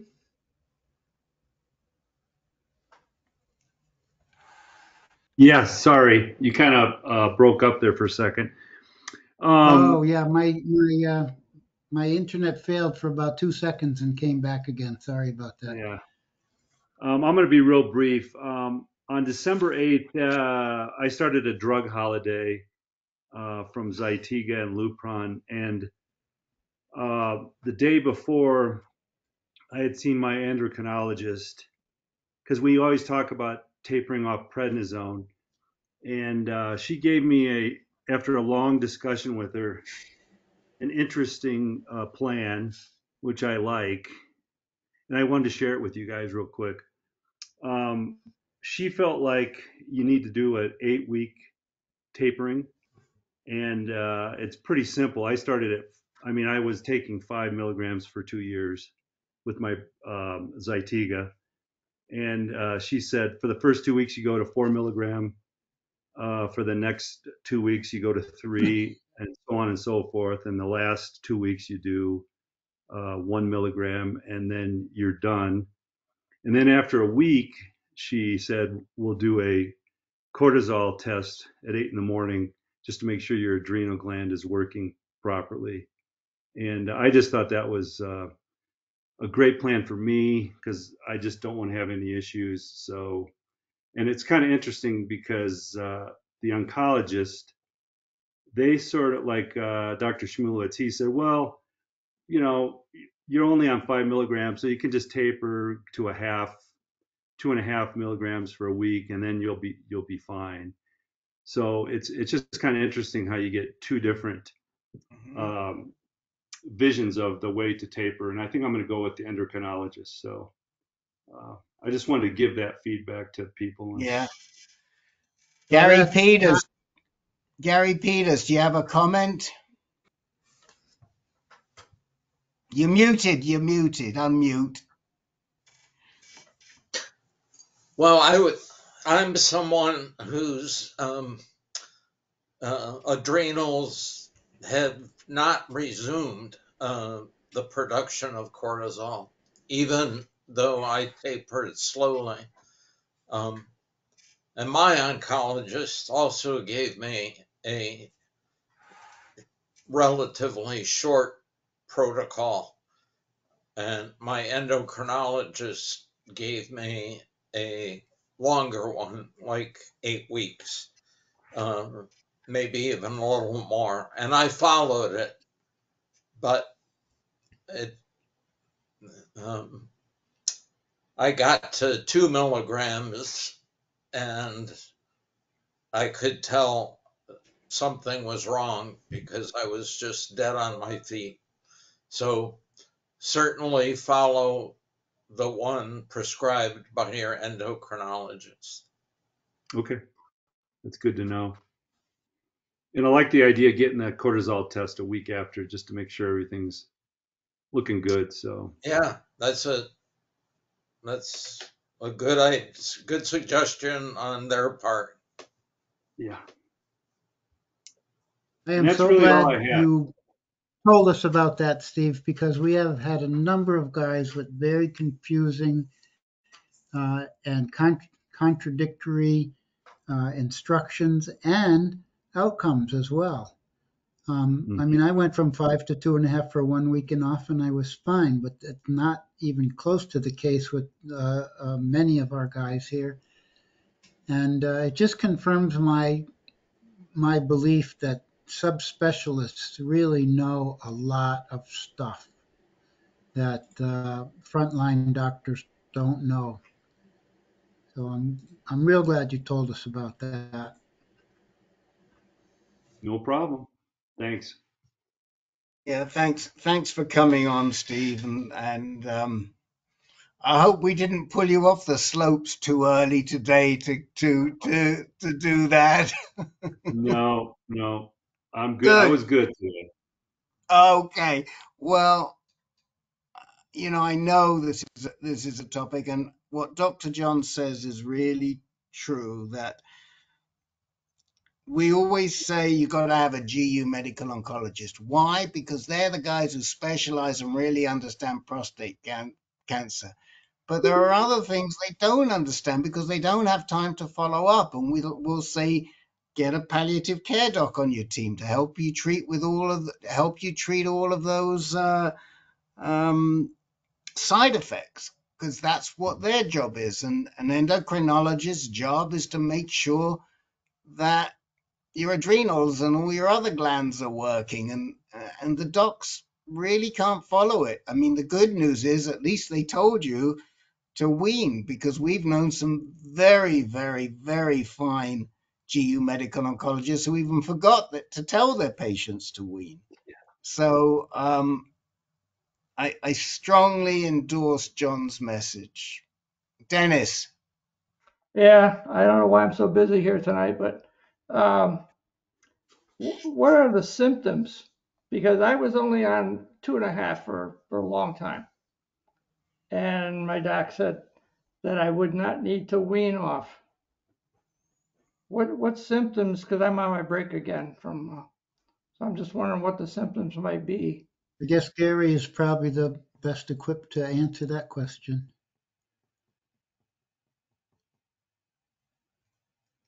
Gary, what symptoms did you have? Cortisol is a hormone that um, sort of talked about as the wake up hormone. And the reason they test you at between 8 and 9 in the morning is because that's when it is supposed to peak. Um, and I had been dealing with the usual ADT issues, but the fatigue that I experienced when I was getting off the prednisone was at a much higher level. And so I sought out the endocrinologist and I said, something's wrong. I've been on ADT for 2.5 years, but I'm dragging like I never did before, and it's got to be related to getting off the prednisone, and it was. So unless you notice something dramatically different in your energy, I would say probably not. And most people, it also depends how long you've been on the steroid and what dose. So 2.5 milligrams is a small dose. Right. How long were you on it? Couple years. Yeah, I mean, This was my second break, so second time I'm taking a break from the drug. So, you and can I don't know. always ask for that test, but Yeah, I think if it was happening to you, you would know something was wrong. okay. That said, I have to say, I mean, our experience has been don't go cold turkey on the prednisone, even if you're on Right. a even if you're on a small dose. And it would really concern me. It would really concern me, Dennis. And, I think you have to push back on that a little bit because it's just not smart. And whilst you may get away with it, the next guy may not. And I just don't think these GU medocs should be ignoring the impact of prednisone on long-term use of prednisone, even small doses on the adrenals. Yeah, You you should have wean a, off. You should wean off that, Dennis. yeah. Cut it in half for 2 weeks at least. Rick, do you don't have anybody, an endocrinologist in Tucson here? I don't. I can find. I can find out. I can ask. I can write and ask to somebody. Who is it? Is this advice coming from Mayo, or is this coming from the local guy? Mayo. But you have a local guy, don't you? Yeah, but Josh, I'm I scheduled to see you soon. Yeah, I would. A, I would talk to him, and B, I would ask him for a name of an endocrinologist. Right. Okay. Agree. Because I can, I can ask my buddy Steve Worrell, who he likes, but I think in this case you don't need a great expert, but you need somebody just like Steve Nordstrom and Gary Peters did. You need to consult with them if you've had somebody who says just move straight off. And I think the suggestion that Gary just made, get a cortisol test, make sure those adrenals are waking up and you're producing cortisol. That's a simple way. If you're producing the cortisol and it's normal, you're done and dusted. But I had a close buddy who was on abiraterone for a long time, and he came off cold turkey because his doc forgot to tell him. And the doc of all docs should have known better and forgot to tell him. And this guy lost 30 pounds. and you couldn't figure out what was wrong. I'm certainly not losing any weight, but it was just, I don't know if the tiredness feeling that I'm getting, it's not gotten any better since I took the break. I mean, I had this when I was on it, so Could don't be. know. But the No, I test, mean, right? Just if you gotta look at the test and see what the cortisol is. I agree. see what the test is, and if you're feeling really crummy, it could well be that you still need a little bit of cortisol. You still need a little bit of prednisone, and you've got to give your body more time to get used to running on its own 2 feet again. Understand. And please let us know. But yes, don't hang around on that, Got it. because I didn't realize you were feeling so crummy. Well, I don't. I just is it a case of getting older, or it's a real gradual thing? There's nothing that's changed dramatically. Okay, and the first time when it had to be about 4 years ago now, at least or 5 years ago when I took the first break. Was it? Yeah, 5 years. pretty close to 5 years ago. Yeah, when I took the first one, and then went back on it for a couple of years on the drugs, and just started another one. Is that my friend Mary Lou that I can hear there in the background? Come and say hello, Mary Lou.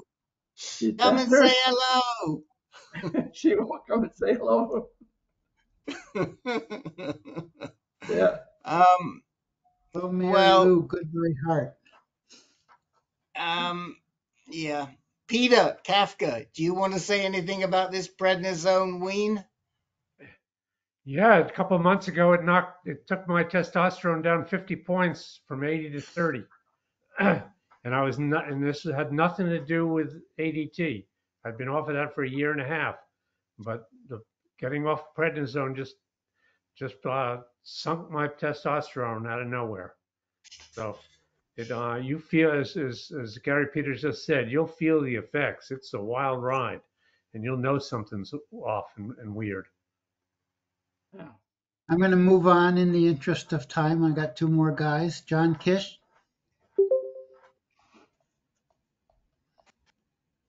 You still with us, John? Can you hear me? Can you hear me? Yep. Yeah. Okay. My PSA went up to 4.7. I'm finally gonna get a PMSA PET scan, but yeah, I don't want to go back on Lupron. I'm still trying to get to Philadelphia, but if darolutamide causes fatigue, is it going to be that much less than the Lupron if I get on that? Or? Yeah, probably. In my personal it'll still cause fatigue. Yeah, less fatigue or still okay. Yeah. Okay. And it's still going to keep testosterone from getting to the receptors on your muscles and in your brain, Yeah. So okay. it still has that potential, but some of us, like me, I think Len, found it pretty tolerable. Okay. Yeah. I'm still trying to get to Philadelphia, and they said I had to have somebody stay with me. It's a hotel next to the University of Penn. Is that true? I never heard of that. Right? Don't know.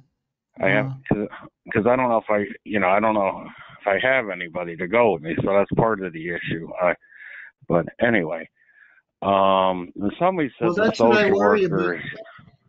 But John, that's what I worry about you, whether your treatment is being interrupted or not, or whether you're getting active, continuous treatment because of your transportation and other problems. Yeah, that's why I was thinking of maybe just staying, because he was going to do the monthly Lupron. Once I got the 6-month one, I know it was the beginning of the second year of Lupron, but that felt far stronger and more fatigue than just the monthly. I don't know. Have you ever heard of that? That I felt like I got the whole 6 months at once.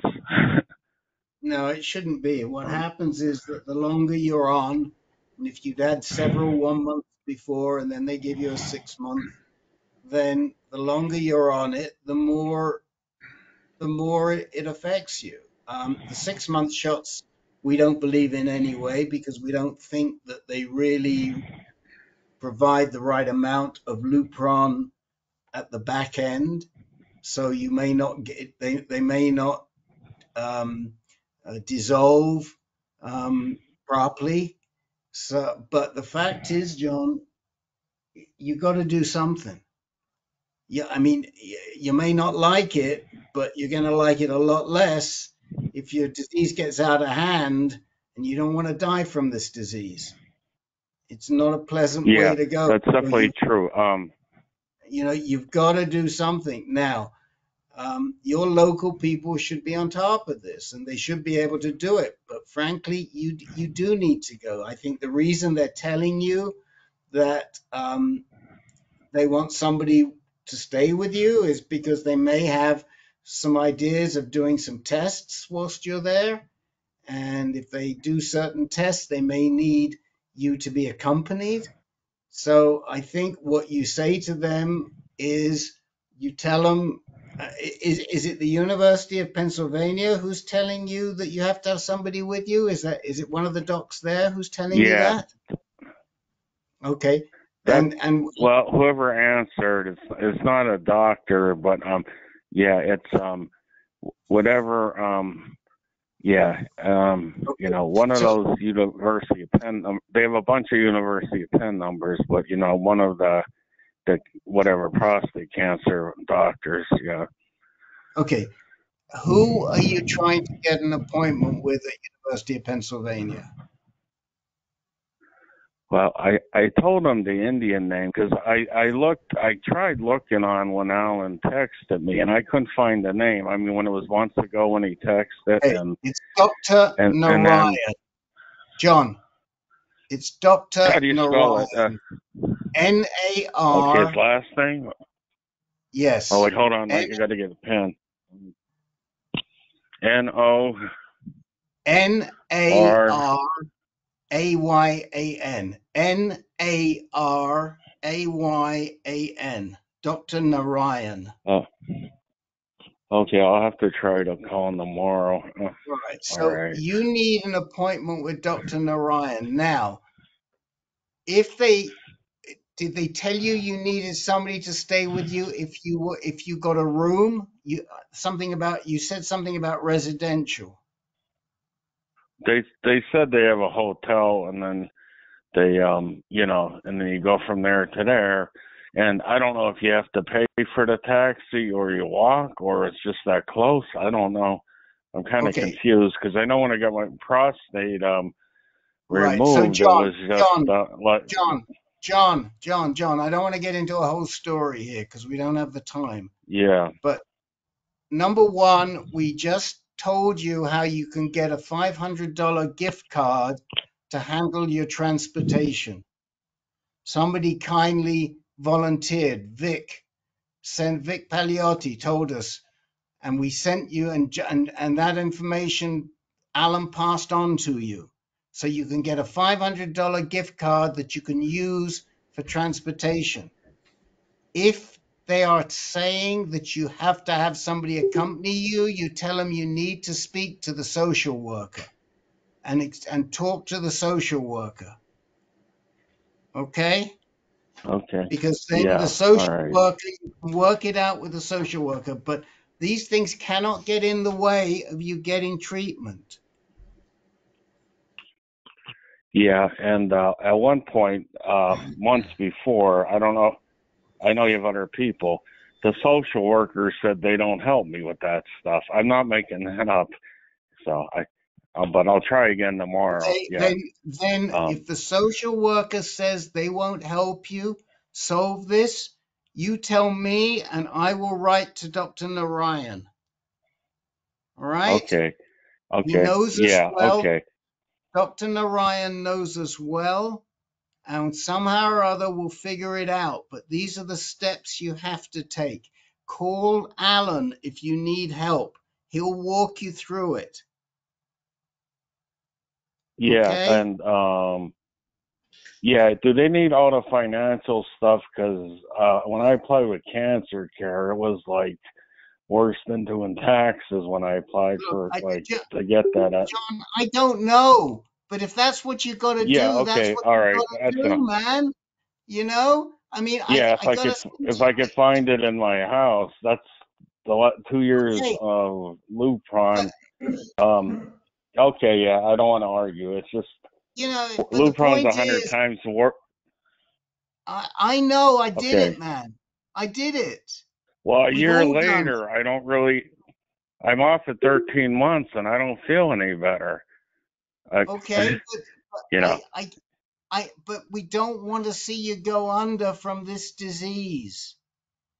And if you yeah, but allow the disease to beat you up, that's going to happen. So yeah, you've got to find ways. Alan Babcock has said he will help you. I'm here. What is it that you need? We can't come and get you. We're in another part of the country and we no, I can't mean, take you. But what is I, it? You tell us. Dr. John, I'll let you, maybe this is your field of expertise, not mine, as people can hear. Go ahead. yeah, okay. Okay, go ahead. Hello? Yeah, Yeah, go ahead. Hello?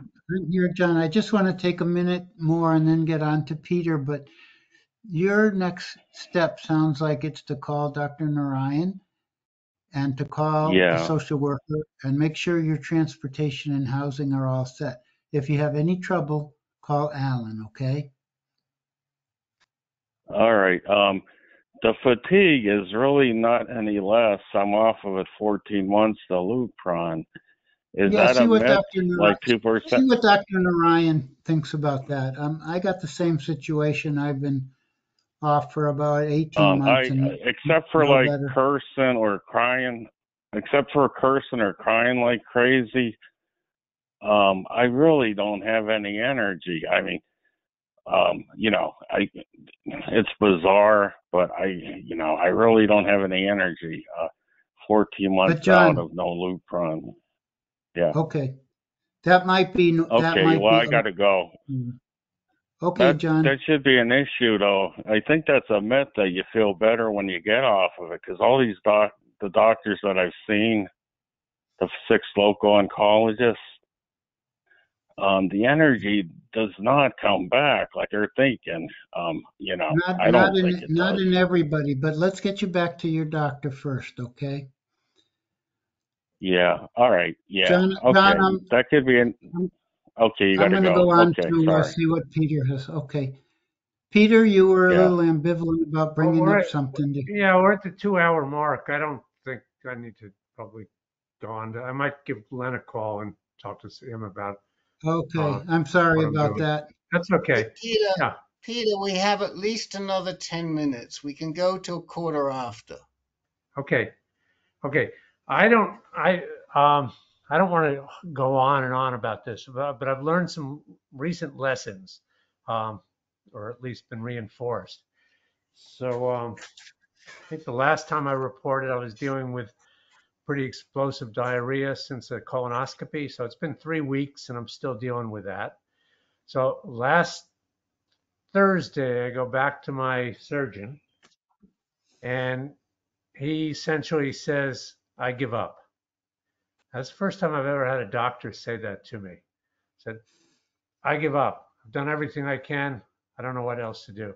So I said, well, can you recommend a gastroenterologist? And he said, no, we don't have any here on Maui. We only have one guy, but he doesn't see anybody.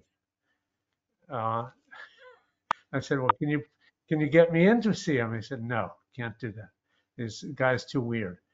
Anyway, so I said, well, how about someone on Oahu? He said, no, I don't know. So go to your primary care physician. I give up. I'm done. Can't help you anymore.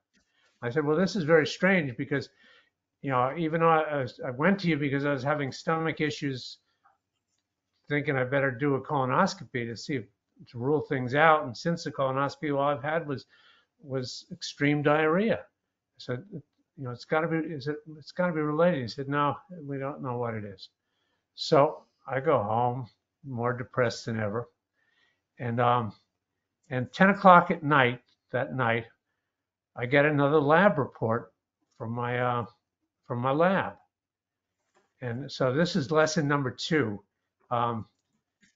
Make sure you get your blood tests at a lab that sends you the results. So you don't have to go begging to the doctor a week later to get the results. I get the results as fast as possible. So it took 10 days for this particular test of the stool sample. And sure enough, it comes back with extensive parasites, Oh, blastocystitis or whatever they call it, right? Which is pretty common. And it says it's controversial whether it requires treatment because it's so common in some people. But if you've got immunocompromised situation or you've got a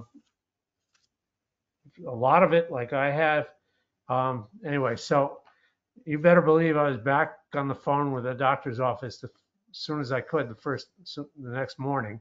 And the nurse answered, and yes, they got the test at the same time in the morning. And so here it is, Friday, Christmas weekend. Of course, everything happens on a weekend, right? We all know that when everything's closing down. So doctors are all gone, everything else, and I'm desperate. I said, well, I gotta get the antibiotic. I gotta get the flagyl. So it has to go through that doctor wouldn't give it because he gave up. So I have to go through my local regular doc, and she's hard to reach, and I'm panicking. Finally, I get it. It comes through. So now I've been on flagyl for 5 days out of 10. I got 5 more days to go. I think probably the diarrhea now is a result of the flagyl. I don't know. It's still going on 3 weeks later. So I've not had a great Christmas. I missed a turkey Christmas Eve dinner, and I missed a turkey Christmas Day dinner. I mean, I was there, but I wasn't eating.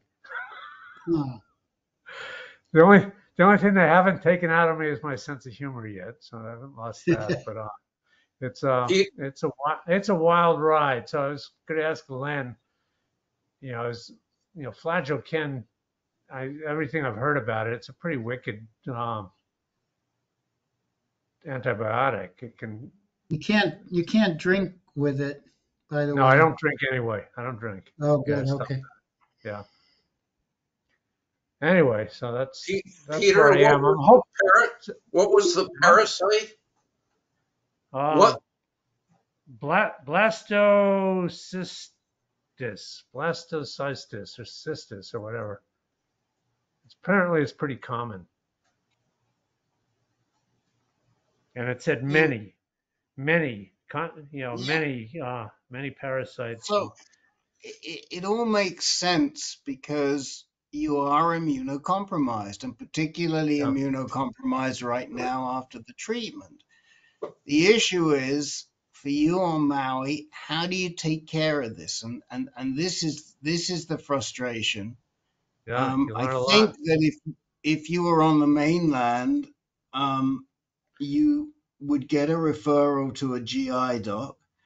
I would suggest the following, that it's a bit of a workaround, but I would suggest going back to Dr. A, since he's the prescribing doctor for the Keytruda, and telling him your diagnosis and that you are unable to get a referral to a GI, gastroenterologist, and can he arrange a referral for you so that at least immediately you can get a telephone consult with a Hawaiian gastroenterologist, because they have to be Hawaiian gastroenterologists. Yeah, I'm sure they have them on Oahu, but it might take a couple of months to get one.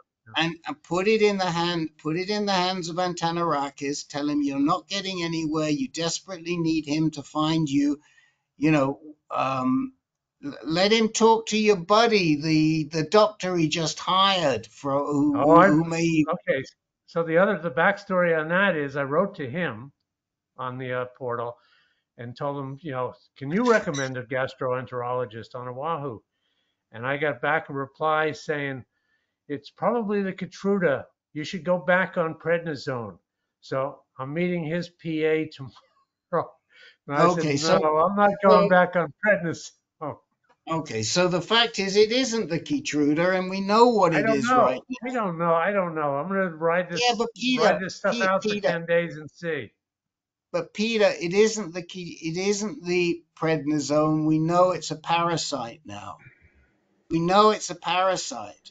That's not the prednisone. So the fact is, your prescribing doc, which is Antanerakis, should be able to find you, since you can't find, nobody on the island can find you, put it in his lap to find you a gastroenterologist on Hawaii who will do it. And he'll reach out to his buddy who's told you it's prednisone. Now we know it isn't prednisone, and maybe we can get you a telephone consult.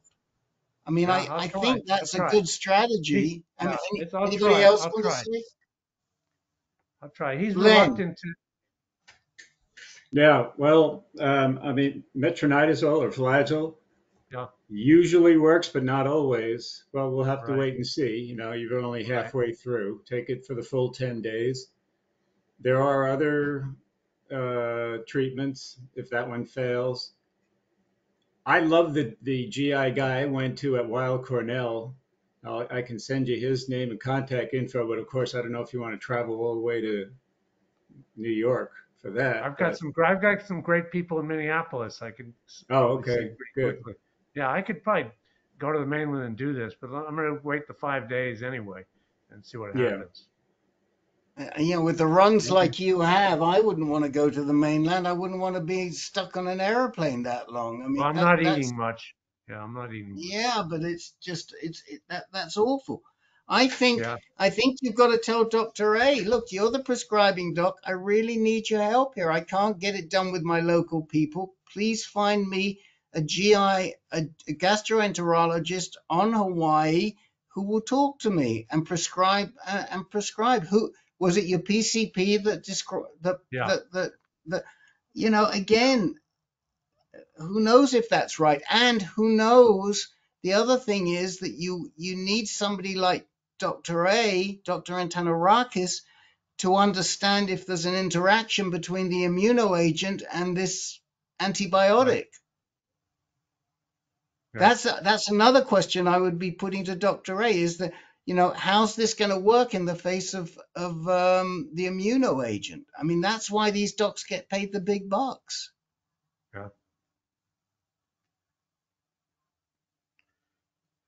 Yeah, anyway, I'm so interesting sorry, lessons Peter. going on. Yeah. And then and then you get cleaned out for a colonoscopy, and then you get a lab saying you've got many parasites. I don't understand that one at all. Whether they hide down there or you know burrow into I the have a intestine. feeling you might have gotten infected during your colonoscopy. Could have been, yeah. Could have I was been. Hate to just going to say say it. the same thing. Yeah. Well, of course, they probably wouldn't see the blastocysts just doing the colonoscopy unless Right. they took some samples, tissue samples, and looked at it. But Yeah. no. Anyway, I'm, I'm I'm still smiling. It's just learning lessons well, about things constantly. yeah, but It's Peter, the I'm first time glad I we've ever. aired it. Yeah. This is why it's so important to air these things, because it's given you a few ideas. But really, I think Yeah.